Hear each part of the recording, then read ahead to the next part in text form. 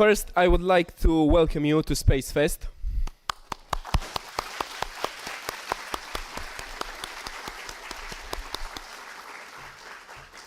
We are deeply honored to explore this journey with three extraordinary individuals.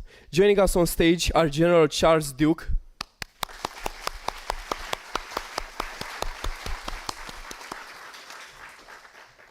a living legend who literally left his footprints on the moon during Apollo 16. Nicole Stott,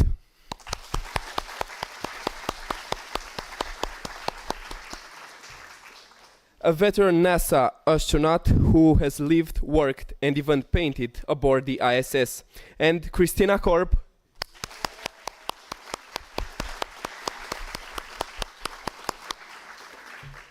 astronaut manager and founder of Space for a Better World, who dedicates her life to turning the awe of spaceflight into real impact here on Earth.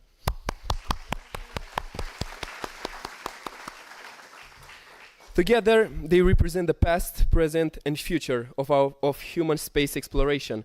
Let's dive straight into the profound insights and stories they have to share with us. General Duke, having walked on the lunar surface during Apollo 16, how do you view the massive technological leap from the Apollo modules to the current International Space Station? And what is one thing from the Apollo era that you wish modern spaceflight had retained? Did you get that? No, I didn't. What is the does he wish was retained from the Apollo program? I think, yeah. I Like think what that's the do you think idea. would have kept going? Oh, well, I think one of the important things was 400 pounds of moon rocks that we brought back. They were unusual samples. The moon is just one big rock. And the samples that we brought back are very, very unique. And over Apollo, there was probably 600 pounds of moon rock returned that are being studied all over the world still today. And some of the other experiments that we left up there that were active for 5 years and were the radar reflector that was left not on our flight but on several other flights. And also the experiments that we had in orbit as we circled we circled the moon.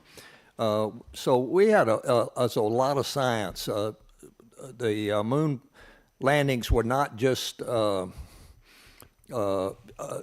gee whiz while we went to the moon, but let's do something important. And so the experiments that we left and the data that we brought back was invaluable to understanding of the origins of the moon and also its composition. Can I add to that for the Of first course. part of your question was, what about the Apollo program do you feel like had like the influence on space station and stuff too? And I can tell you, as somebody who lived there, everything that you guys developed, implemented, lived through on the moon, getting there, spending time there, and then returning home, in one way or another has influenced the way we design the space station, the way we live there as crew members, the way we consider how science and, habitation goes on in the same place. I mean, this might be a little out there, but I think about, we were having a conversation yesterday about just even how you take care of yourself as a human being. The toilet is a big deal in both of those places. I'm really glad, due to the experience that the Apollo got, that we actually had one on the space station, right? And those are the kinds, it seems a little, raw, but it's like, those are the kinds of considerations as we're sending people to space for longer and longer and to different places, that we need to acknowledge that there are human beings doing human spaceflight. Well, and I was going to add, because, of course, I worked for Buzz Aldrin, the second man to walk on the moon, and he thought we would have already been on the moon, to Mars by now. I mean, that's the thing I think the hope had been after 6 moon landings, not just 1 moon landing, 6 moon landings, that humans would have been not only living on the moon already, but already have gone to Mars. So, but now we're back there with Artemis. Artemis 2, you guys, you young people get to see humans go back to the moon. This is a very exciting time for you. So I think you probably feel very happy seeing this happen now, finally again. Well, I think Apollo was so successful that they canceled the last 3 missions. On Apollo 16, we were 16 and 17 was the last. The last 3 missions were canceled. Very disappointing to the astronaut office because they already had the crews picked. But anyway, they were canceled, and the money was then diverted to the space station and the space shuttle. Well, space shuttle first. Yeah, well, thank you, though. And then to the space station. So people wonder why it's taken us so long to get back to the moon. Was I think because of the money that was NASA decided to spend on space station and space shuttle and other programs. And that, I think that's a huge point, and it's something to consider if you're considering like the space industry and how to build things as you're going forward. If you look at the history of human spaceflight in particular, never have we had, like even space shuttle. I flew on the final flight of the Space Shuttle Discovery, and I can tell you they were using the word bittersweet. There's no sweet in it. It was bitter sad to see that vehicle on the runway that had just performed we didn't have any in-flight anomalies. Nothing went wrong on that spacecraft while we were flying that final flight. And to know it was going to a hangar to be basically disassembled and put on display, because never have we been in a position to overlap programs, to keep one flying while you get the next thing up and running. So it's really, I think in the longer term, we would be much better off if we'd continued flying the Apollo missions, maybe continued on the pathway that von Braun and others had about extending that would include space stations as well. And but I think there's something really to looking at the longer return on investment of how do we commit the funds and the resources to, in parallel evolve our space programs. Okay. Jeff. Thank you for your answers. Sorry, we're taking over here. I know. Sorry, Alex. It was a good leading question. Thank you. Now I want to move on to Nicole. Nicole, you are uniquely known for taking watercolors to space and painting the Earth from orbit. When words and science failed to capture the overwhelming beauty of our planet, how did a simple act of painting help you process the profound emotion of the overview effect?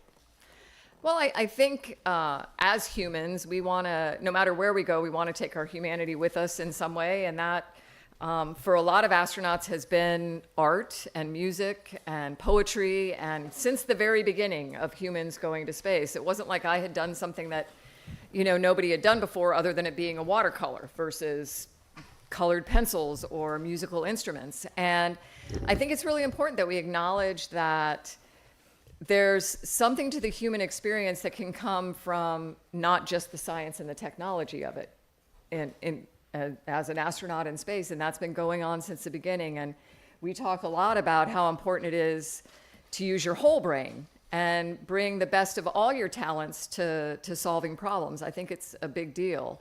And the art, for me, it was just a personal experience, really, on the space station. But it became very clear quickly that art is a really wonderful, it's like a universal communicator. You can engage people in a conversation about what's happening on the space station and all that's going on there that's ultimately about improving life on Earth through paintings and drawings and music and quilts and art. So you can talk to people about it who might not even know there is a space station.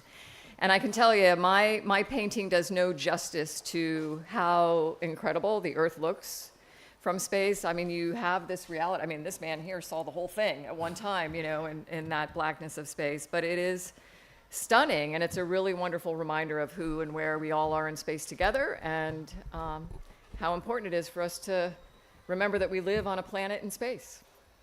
Thank you, Nicole. Yeah, let me add a comment. Yeah. Looking back at the Earth from the moon, we came around from the backside of the moon and saw Earthrise the first time. To be honest, my first thought was, we're a long way from home. I hope this thing holds together for the next 7 days before we started back.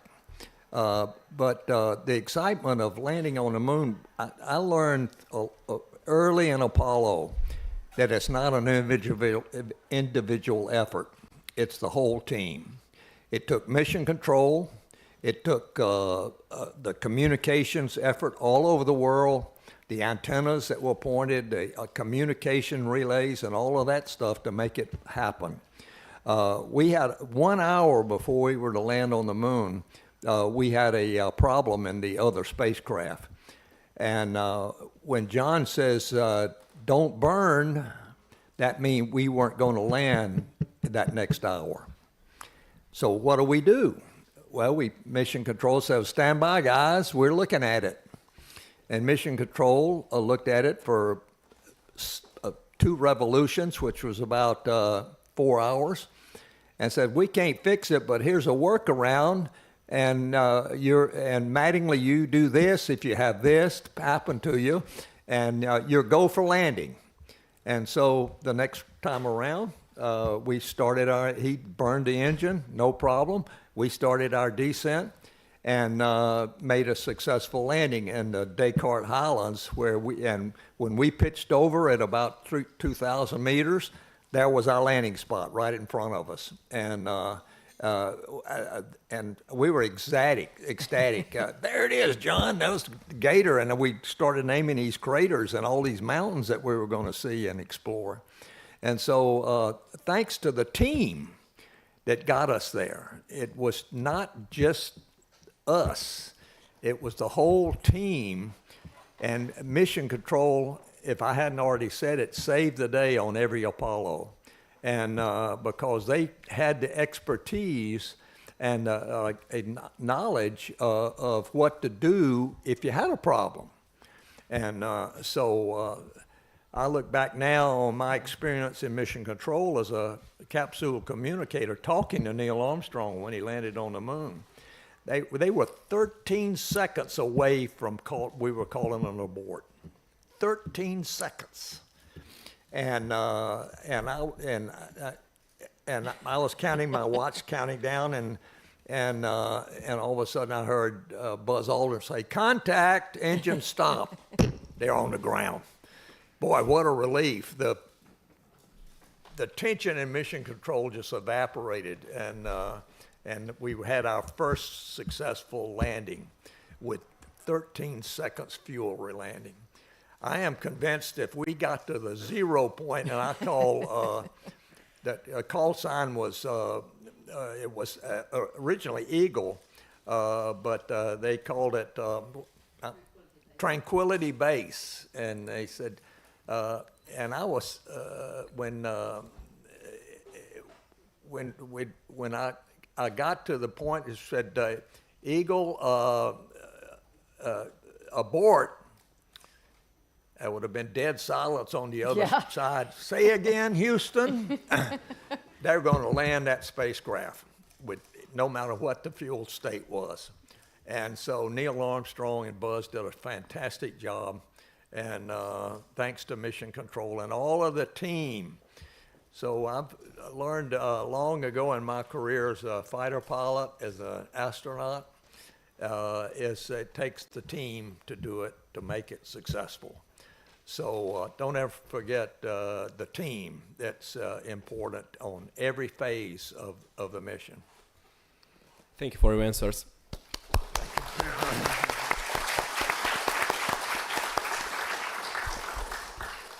Now I'd like to address a question to Christina before I'll be passing the microphone through the audience. Christina, astronauts are often viewed as untouchable superheroes, but you know the humans behind the visors. What is the most profoundly human moment you've witnessed from a space legend that showed you their true heart? Well, so I'm very privileged to travel all over the world with astronauts, including my buddy Charlie here and my friend Nicole, and I, of course, with Buzz Aldrin. You know, he's one of the most famous humans on the planet, you know, and the thing I guess I would like people to know, you said it, they're humans. And often, you know, I would be with Buzz, and sometimes people didn't know who he was. You know, if he wasn't wearing his astronaut jacket, or if we weren't at an event, So the profound thing I guess I would like to say is that, you know, he was always very curious about people. So sometimes we would be in an airport and he would see someone with an interesting bracelet or an interesting piece of jewelry. He really liked his bling. And so sometimes he would comment to people and tell them, you know, and I would be kind of smiling, knowing they don't know who is talking to them right now. They just know that there's this old guy who's commenting. So for me, you know, I would often say, maybe when Buzz would walk away or we weren't nearby, I'd say, do you know who that is? And often they would say, I don't know. I'd say, well, that's Buzz Aldrin, Apollo 11. And they would go, holy shit. And I mean, the thing about it is that, you know, he's a human, a curious human. And I think this is what I really admire about astronauts, that I think, you know, everybody thinks that you guys are all perfect.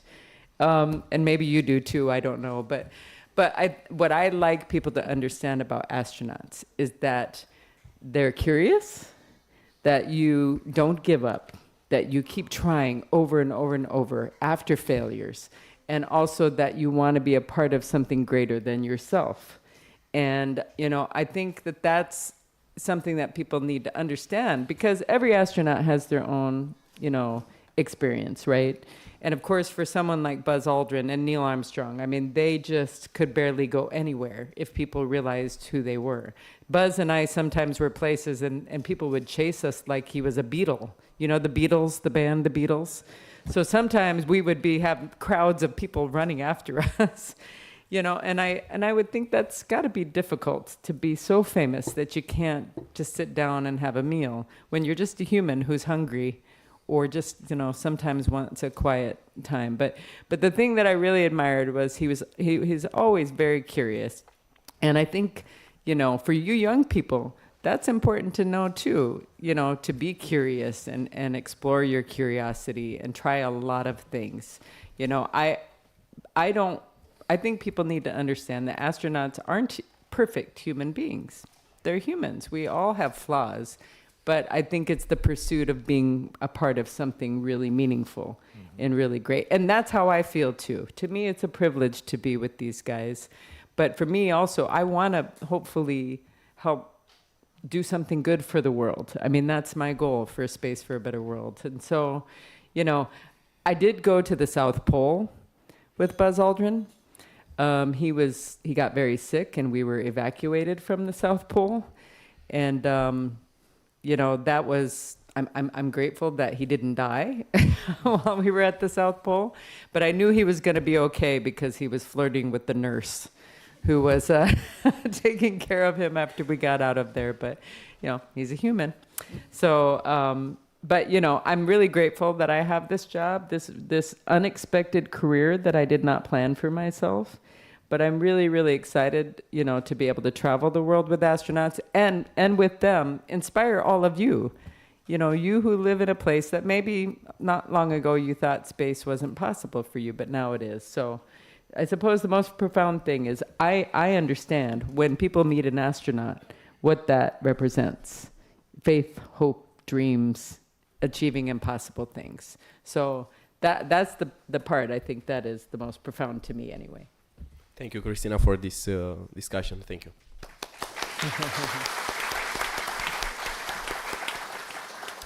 Now, if anybody from the audience has a question, you just need to raise a hand and I'll pass you the microphone.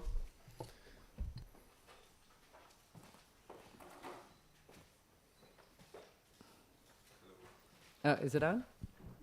Hello? There it is. So,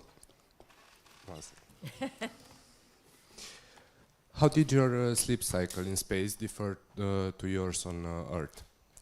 Did you get tired more easily, or could you stay up for more hours than on Earth? I know you would sleep more. How did your sleep cycle change in space compared to Earth? Compared to Earth, it was difficult to get to sleep. You're so excited. And in Apollo, we didn't have any beds or anything. And underneath the seat was about a meter space. And I just floated underneath the seat. And folded my arms and tried to get to sleep, and I wasn't getting to sleep.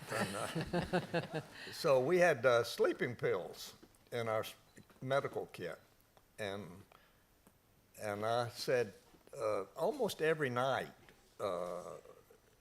I had to take a sleeping pill to get to sleep, and then after that sleep was very restful there. You'd wake up and, you know, your arms had floated out like this or something, and you bumping against the bottom of the seat where I was sleeping. And so it was unusual, but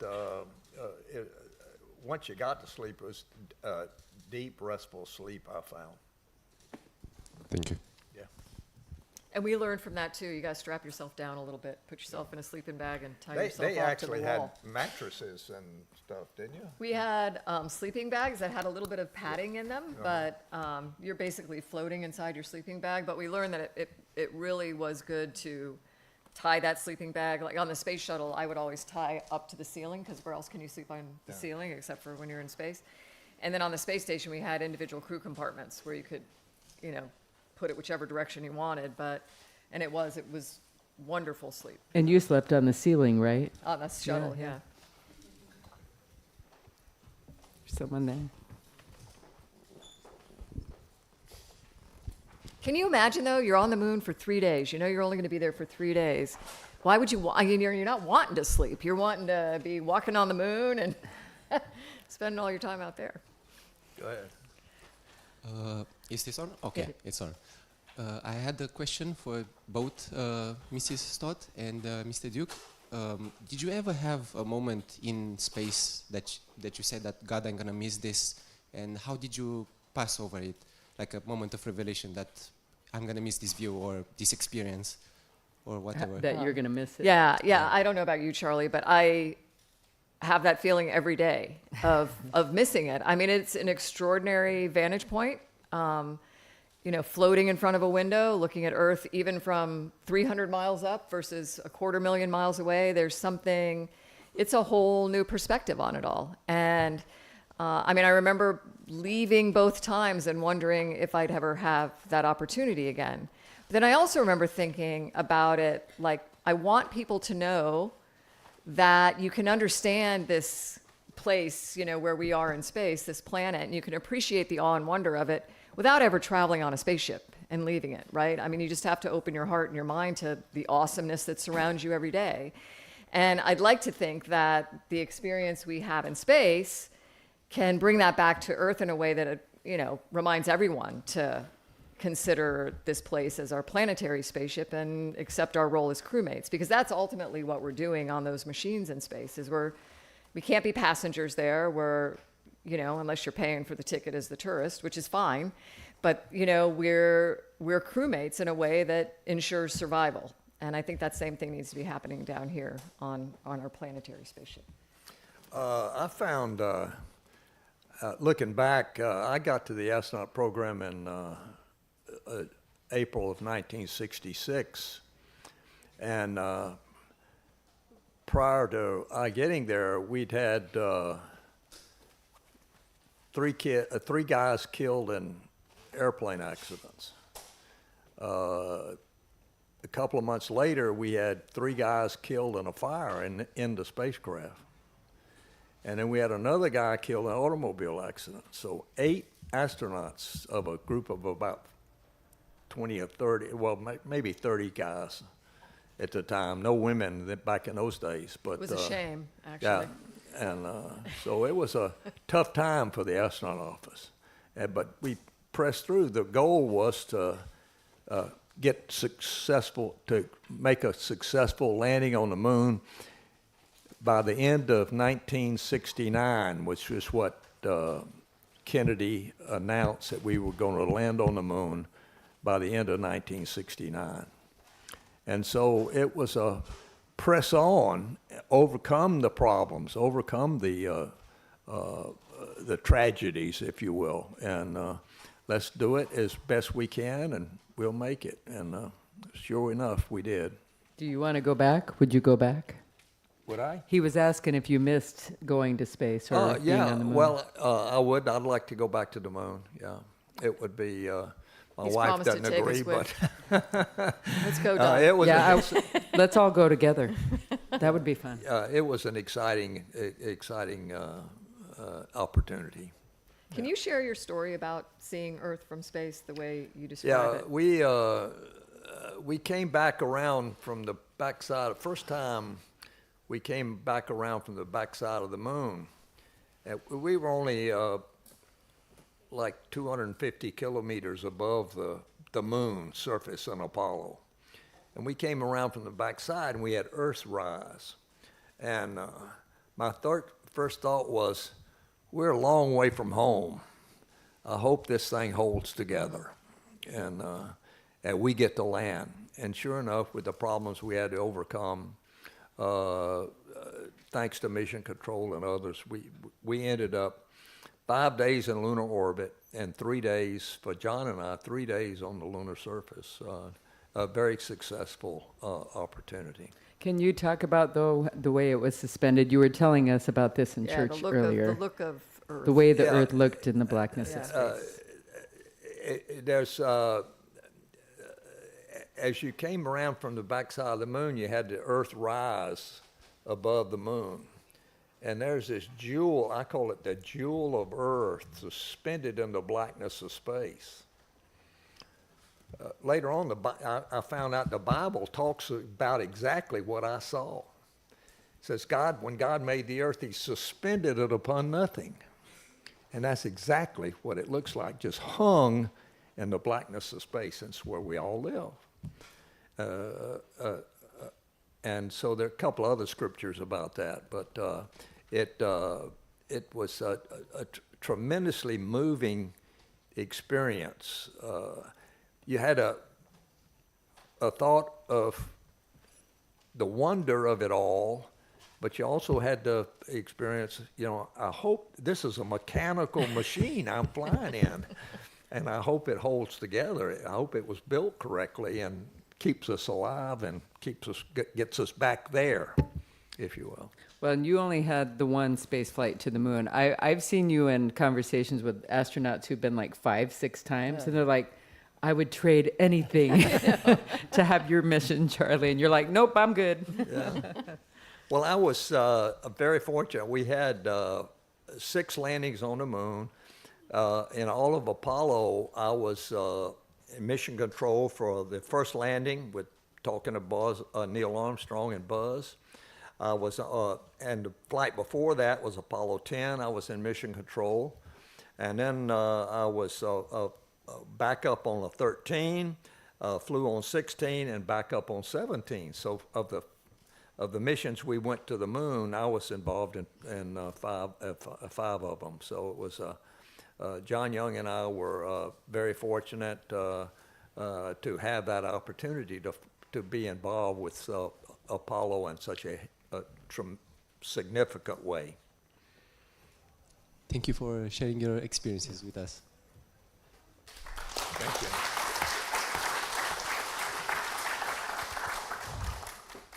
More questions? I see a young lady up there. He's got it right. Oh, okay.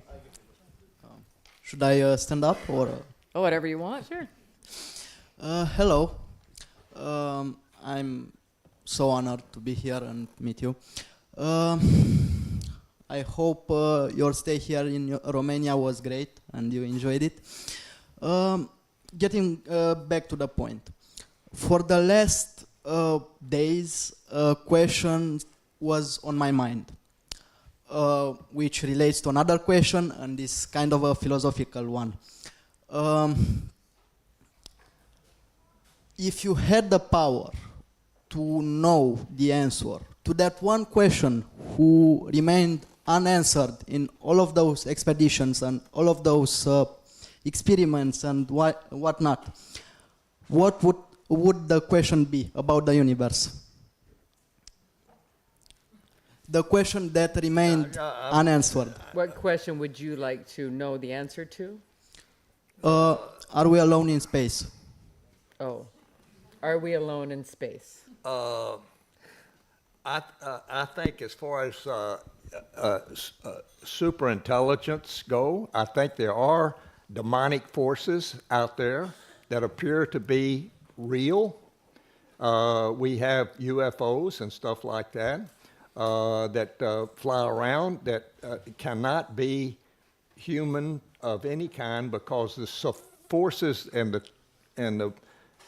the G levels that they experience on these things are significant, that a human body cannot survive. I do not believe that there's life, human life, similar to ours out there in the universe. No, I don't believe that.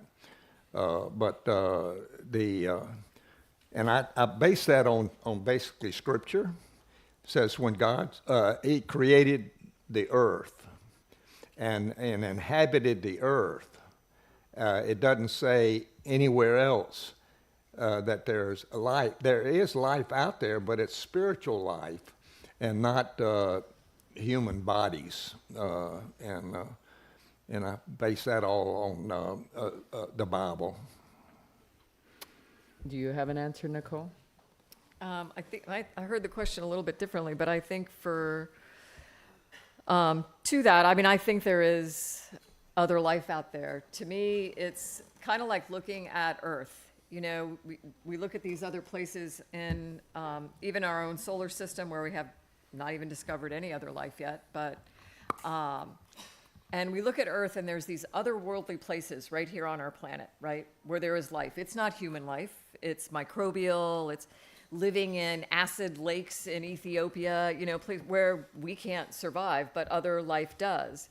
And so when I think about the other planets in our solar system or what might exist out, you know, in the universe otherwise, that existence on our own planet makes it possible for me to believe that life could exist in other places. And my hope is that if we discover it, we are respectful of it, right? That just because it's tiny and lives in a different way than we do, that we're not, you know, we don't feel like we have this power over it. But I do think there's other life out there. And I saw to the question too, I think, I remember being a kid and, you know, remember National Geographic magazine? I know it still exists, the yellow magazines. And, you know, my parents got those. And I remember just really being excited mostly to look at the pictures. And there was always this like poster-sized thing in the middle. And there was a space issue one time. And I opened up the little poster in the middle. It had this oval drawing of what was it was either the known or observable universe. But it was on a white sheet of paper. So you had this oval drawing. There's this white border all around it. And I remember sitting there thinking, you know, here's where you are on this picture of the universe. And then I remember going out to the edge of that oval on the paper and like, oh, what is all this white stuff then around this oval drawing, right? And I remember thinking, is that heaven? Is that the unknown or the unobservable universe? And you know, I had already at that point learned about the Big Bang and we're expanding. And I'm like, okay, so that was like expanding into what? You know, and then it branched out to my bedroom floor and out the window. And that question to me still stands is, you know, as human beings, I think that curiosity, I think we're meant to still explore and try to understand that. And to accept that we might not ever figure out the answer to that. And that, I think, is okay as well. But I think we're meant to explore it. I'd like to look at it in another way. Suppose the universe was contracting. From what? To what? Into what? Into From where? what? Into what? What is your answer? Suppose it was contracting. How big would it be when it all got together? Maximum square meter. Because we know that in between the nucleus and the sheet of electrons in the atom, there is nothing. 99.99 is nothing. Only a cloud of possibilities of where electrons could be. So if we get rid of that space, I don't think the universe is that big. Interesting. Of what we know, the 5% of what I have a That's a question. good question. Can I? Well, have you guys seen that question. Project Hail Mary? Anybody seen it? It is awesome. I know the author Andy Weir really well, and I love that book. And the movie is amazing. and so for me, like thinking about that movie, if you haven't seen it, the other life is this rock creature. We don't know what other life is like out in the universe, right? It could be rock creatures, who can't breathe our air. So I think, it's an interesting thing to wonder. And Nicole has said, we assume that aliens will look like us, but maybe they're tiny, or maybe they're giant, like Guardians of the Galaxy, where we're the tiny ones. Who knows? So, anyway. There was a young lady up there, right in the middle, who had a question. What, last question? Oh, you get the last question. Mm-hmm. And if you haven't seen Project Hail Mary, go see it. It is amazing. Oh, Hello. Oh, it's not the girl I thought. I'm sorry. it's okay. Do you want to ask a Can we question? do two questions. quickly? Yeah, both those two girls, yeah. Okay. So I have a question for you, Mr. Charles Duke. And I have read on the internet that you were a U.S. Air Force test pilot and also a fighter pilot. And I wanted to ask you, how did your love for flight help you become an astronaut? How to become a fighter pilot help you become an astronaut? Yeah, your love for flight. Your love for flying. Back in my days, the requirement was you had to be a pilot to get selected in the early days. And so my progression was flight school, then to Germany for 3 years as a fighter pilot, then to MIT for 2 years. Then I met some astronauts. I was working on the Apollo guidance and navigation system that MIT was building, had the contract to it. And I met some astronauts, and they were so excited about it. I said, how did I get that job? And they said, well, get your degree, go to test pilot school, and you might have a chance. And so I followed their advice. And I think it's just, as I tell young people, keep your antennas up. You get these vibes about which way to go. And so I followed this inspiration that I had. I could have stayed in Germany for another year and had a great job. But had I made that decision, I'd have never met my wife, and I'd have never been an astronaut. So little decisions like that, just do this, and so you be sensitive to your inspirations and your desires. Do you want to be a pilot? Because they need pilots. I already have a license. Nice, Awesome. good. Awesome. The young lady in front of you, 2 rows, is the final question. Thank you. I wanted to ask you if there was a moment in your life when you thought that your career was not the one for you, and maybe that you thought of another career that you wanted to follow. Wow. Well, for me, when I graduated from college, I wasn't thinking about astronaut at that point. I really loved flying. I wanted to know how things fly, and that led me to studying aeronautical engineering at a time where the space shuttle program was getting up and running. I'm like, oh man, if you want to know how airplanes fly, why would you not want to know how rocket ships fly? And so I had applied to NASA when I was graduating from college to, as an engineer, wanting to work on the shuttle program. And of course, they were on a hiring freeze. So, but even with that, I thought I wanted to be do structural design in engineering. Like I wanted to, build, know how to build the structure that makes the airplane or the rocket ship. I really thought I wanted to do that. And so NASA was on this hiring freeze. So I took a job at Pratt & Whitney aircraft engines down in West Palm Beach, Florida. And I thought, oh, this is so cool. They're hiring me as a structural engineer. I'm going to get to work on these really cool components on these super high performance engines. And I got there and I was like, oh my gosh, if I have to do this for the rest of my life, I will be miserable. And I was so happy to have people around me who loved it. I mean, they loved it. The job was basically, you were designing and coming up with these ideas for really cool turbine blades and components for engines, but you were sitting in, I had never seen anything like it before. I'm old, these 3 computer screens. It was fancy, it was all on computers. And I discovered very quickly, I'm like, man, I need to be with the hardware. this is not the thing for me. And so it was, but I also felt like, well, this is a really wonderful experience too. I should take advantage of this, and I should learn from these people who do love it. And I got a lot out of it. And then later I got an interview with NASA when the shuttle program was getting up and running after the Challenger accident, and they're bringing all these young engineers in from all over the place. And I was like, oh my gosh. And I thought the job I got when I first got my job at NASA, I thought, this is my dream job. It's the best thing ever. And then the next one was even better, and the next one was even better. But what I'll tell you is always along the way, there's going to be something that's not your dream job, and that's okay.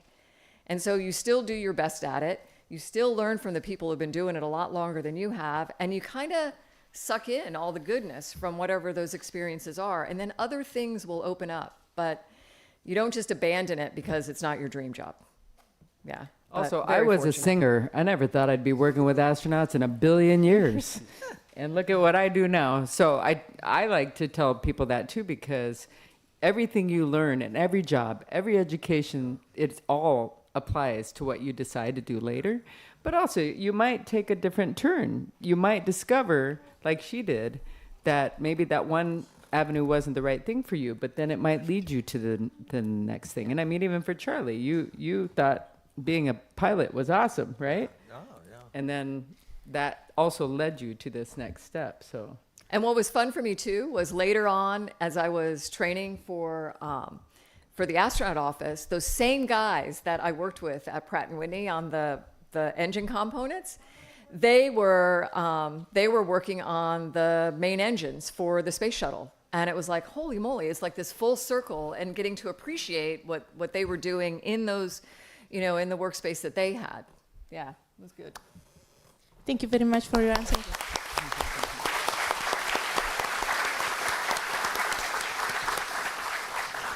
With that being said, General Duke, Nicole, Christina, thank you for bringing the stars down to earth for us today. You've just shown every young dreamer in this room that the sky is never the limit. It's only the beginning, and we would like to thank you for that. Thank you very much. Thank you, everybody. Thank